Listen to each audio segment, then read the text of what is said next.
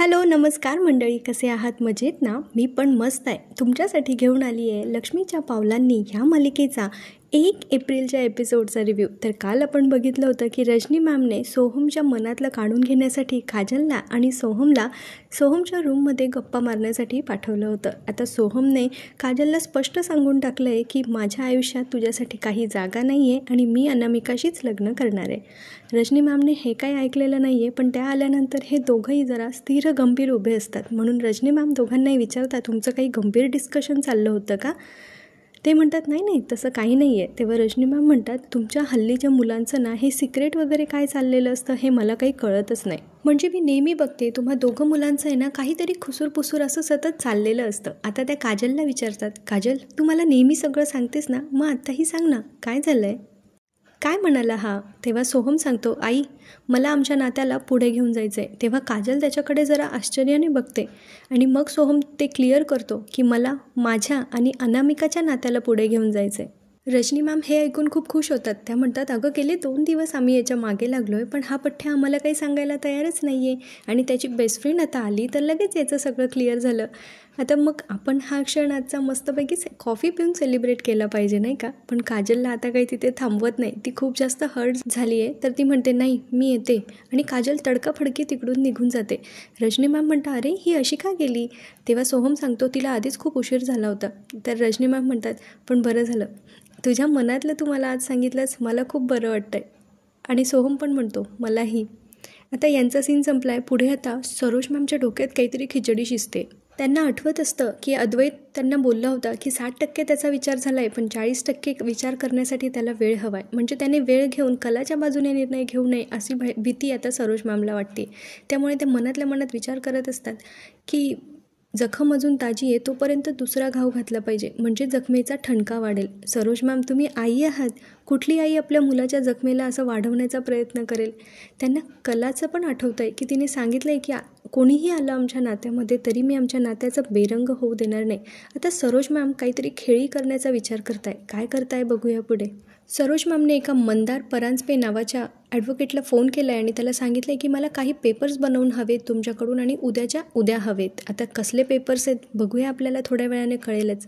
इकडे आता काजल पोहोचली आहे घरी, पण मिसेस खरे अजूनही त्याच काळजीत रडत बसल्या आहेत. काजल घरी आल्यानंतर त्या प्रश्नांचा भडीमार करतात की कशी आहे माझी कला, त्या दोघांमध्ये सगळं काही व्यवस्थित आहे ना? तेव्हा काजल थोडा वेळ ना सोहमच्याच विचारातून अजून ती बिचारी बाहेर नाही पडली आहे म्हणून ती जरा अपसेट असते. तिचं लक्ष नसतं मिसेस खरेंकडे, पण ती भानावर येते आणि नंतर ती म्हणते हो तायडी आणि दाजींमध्ये सगळं ठीक आहे, म्हणजे ते बोलताय दोघं एकमेकांशी, त्यांच्यामध्ये सगळं झकास आहे, पहिलेसारखंच ते बोलताय एकमेकांशी.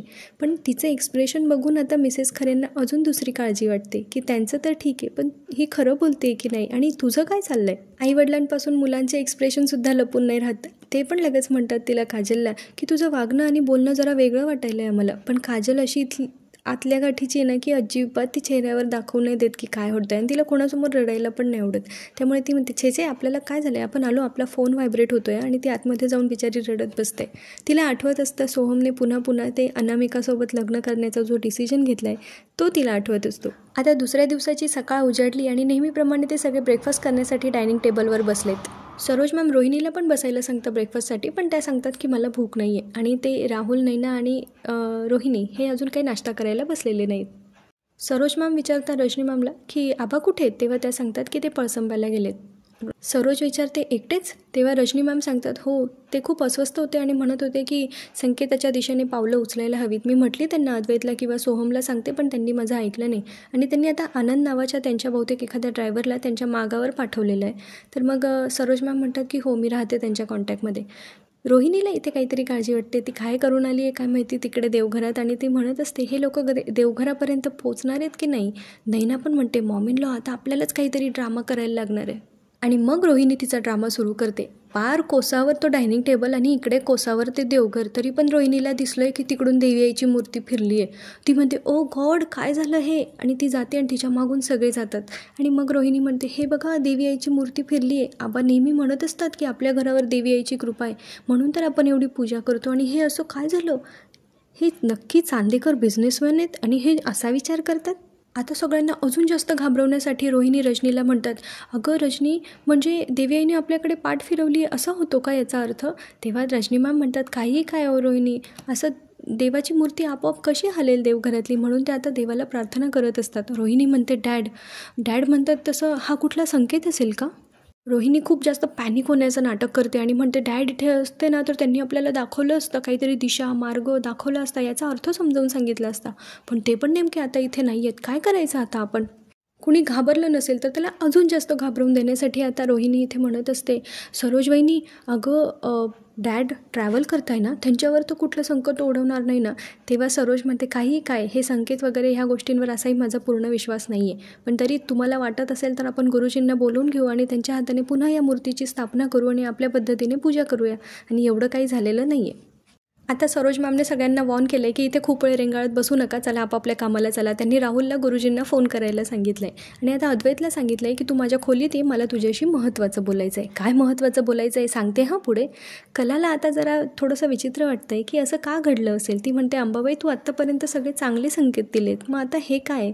कलाचं मन तिला जरा आता चलबिचल करतं आहे, त्यामुळे तिने आता शांतीसाठी थोडंसं धूप वगैरे घरामध्ये दाखवण्याचा ती प्रयत्न करते, जेणेकरून तिचं मन शांत होईल, प्रसन्न होईल आणि जरा पॉझिटिव्ह वाईब्स येतील. अद्वैत आता गेला आहे सरोज मॅमच्या रूममध्ये. सरोज मॅम अद्वैतला सांगता, मला तुझ्याशी जरा बोलायचं आहे, वेळ आहे ना तुझ्याकडे? तेव्हा तो म्हणतो, आता आईसाठी त्याच्याकडे वेळ असणारच ना. तो म्हणतो, आहे ना आई वेळ माझ्याकडे.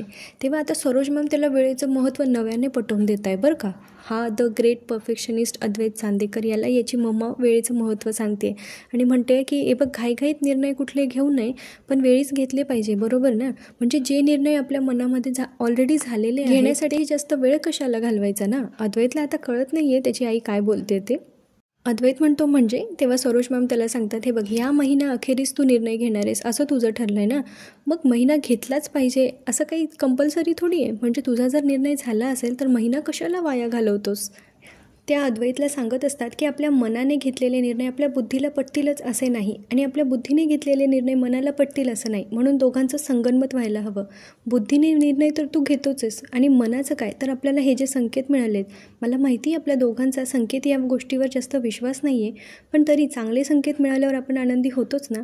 मग ह्या मुलीच्या बाबतीत जर काही 2-4 तुमच्यातल्या चांगल्या गोष्टी घडल्या असतील आणि म्हणून तू तिला एखादी संधी देण्याचं ठरवत असशील तर तसा विचार करू नको, कारण आताच आपल्याला एक वाईट संकेत पण मिळून गेला आहे. आता ह्या गोष्टीचं भांडवल केलं आहे लगेच यांनी बरं का. आणि सांगतात की हा घडलेला अपशकून हा तुला सावध करण्यासाठी झाला आहे असं समज. आणि आता त्यांनी अद्वैतच्या हातामध्ये डिवोर्सचे पेपर टेकवलेत अक्षरशः, आणि कला आता सगळ्या घरात ती धूप दाखवत होती आणि ती करता करता ती आता त्यांच्या रूमपर्यंत जाऊन पोचली आणि नेमका तिने ते दृश्य तिच्या डोळ्यांनी बघितलं की सरोज मॅम अद्वैतच्या हातामध्ये डिवोर्स पेपर देत होते. म्हणजे ज्या ठिकाणी कलाला थोडीफार आशा होती की त्यांचं हे नातं कला तिच्या वागणुकीने थोडंफार सांभाळून घेईल, पण आता सरोज मॅम इतक्या टोकाला जाऊन पोचल्या आहेत, त्यामुळे कलाचा ह्या गोष्टींवर विश्वास बसत नाही, तिच्या पायाखालची जमीन सरकते आणि ती अगदी हताश झालेली असते. आणि दुसरीकडे सरोज मॅम अद्वैतला फोर्स करत असतात की मी आई आहे, हे ओझ्यासारखं नातं तू निभवतोयस, हे मला सहन होत नाही आहे, मोकळा हो या नात्यातून, घे, कर सही. आणि हेच वाक्य पुन्हा पुन्हा आता कलेच्या कानावर येत असतात आणि ती हातामध्ये तिच्या जी धूपदाणी असते ती खाली पडते आणि त्याच्यातली विभूती तिच्या पायांना लागते. आणि हे दृश्य त्यांनी इतकं म्हणजे हार्ट टचिंग दाखवलं आहे की अंगावर शहारा येतो मित्रांनो खरंच.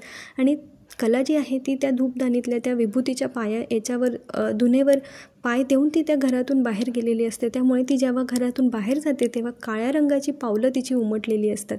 मागून रजनी मॅम तिला खूप आवाज देत असतात, पण कला आता काहीही ऐकून घेण्याच्या परिस्थितीत नाही आहे. आता ती धावत पळत कुठे गेली आहे बघूया पुढे. रजनी मॅमला कलाची उलट्या दिशेने घरातून बाहेर पडणारी काळी पावलं पाहून फार अस्वस्थ वाटतंय. ते म्हणतात, अरे अद्वैत, मी आली तेव्हा मी कलाला खूप आवाज दिले, पण ती धावत पळत कुठे निघून गेली माहीत नाही, तिला फोन कर ना. अद्वैत तिला फोन करत असतो आणि तेव्हा सरोज मॅम मनातल्या मनात विचार करत असतात, जर ही इथपर्यंत आली होती आणि हिने आमच्या रूममधलं सगळं जर ऐकलं असेल तर बरंच आहे, म्हणजे माझ्यासाठी सगळं काही सोपं होईल. आता त्या अद्वैतला इशाऱ्याने खुणवतात की आता फोन नको करू म्हणून, आणि सगळ्यांना सांगतात की ह्या मुलीला सांगून जाण्याची अक्कल नाही आहे तर आपण कशाला हायपर व्हायचं, चला सगळ्यांनी आपापल्या कामाला जा, उगीच रेंगाळत बसू नका म्हणून. आता आबा नाही आहेत ना, त्यामुळे सरोज मॅम जरा घराचा मोठ्या असल्याचा गैरफायदा घेत आहे असं मला वाटतंय.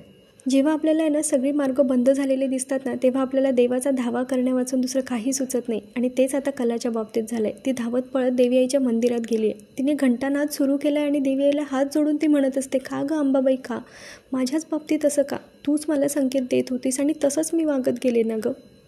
कलाचं रडणं बघून अंगावर काटा उभा राहतो. ती म्हणत असते, का गं अंबाबाई का? माझा संसार उद्ध्वस्त झाला आहे, आता मी काय करू? जेव्हा सगळं संपलं आहे असं वाटायचं ना, तू सगळं सावरून घ्यायचीस, पण आता सावरायला सुद्धा काही उरलेलं नाही आहे. का गं अंबाबाई माझ्या नशिबात असं लिहिलंस? आणि जर लिहिलंच होतंस तर मग मला असे संकेत तरी का दिलेस? का माझ्या मनात अशा भावना निर्माण केल्यास? आता मी काय करू? आणि आता पुन्हा तिने घंटानाद सुरू केला आहे. आणि याच थरारक सीननंतर आजचा एपिसोड इथे संपला आहे. पुढच्या एपिसोडमध्ये आपल्याला बघायला मिळतं आहे की कला अद्वैतला जाब विचारत असते की तुला तुझ्या आईच्या सांगण्यावरून हेच सगळं करायचं होतं, तर मग आपण इतके दिवसापासून हे सगळं का गिरवत बसलो आहे? स्वतः तर तू साईन करून मोकळा झालास ना. त्यावेळेला अद्वैत तिला सांगतो, आधी आगाऊ मी सही केलेली नाही आहे, कारण मलाही आपल्या नात्याला अजून एक संधी द्यायची आहे आणि त्यासाठी मला वेळ हवा आहे. आणि कलाला हे सगळं ऐकून तिच्या चेहऱ्यावर एक छोटंसं स्मित हास्य येतं. तर मग अद्वैतचा निर्णय काय असेल? आबा गावी सुखरूप पोहोचले असतील ना, आणि तिथे पोहोचल्यानंतर आता पुढे कुठल्या कुठल्या संकेतांचा नवीन उलगडा होणार आहे, कला तिथे जाणार आहे की नाही, ह्या सगळ्या गोष्टी बघणं फार मनोरंजक ठरणार आहे. तेव्हा भेटूया पुढच्या भागात. तोपर्यंत आनंदी राहा, हसत राहा, खुश राहा, आपली आणि आपल्या प्रियजनांची काळजी घेत राहा. आयुष्य खूप सुंदर आहे, मस्तपैकी जगत राहा. व्हिडिओ आवडला असेल तर लाईक शेअर करा, चॅनलला सबस्क्राईब करा. भेटूया पुढच्या भागात. धन्यवाद.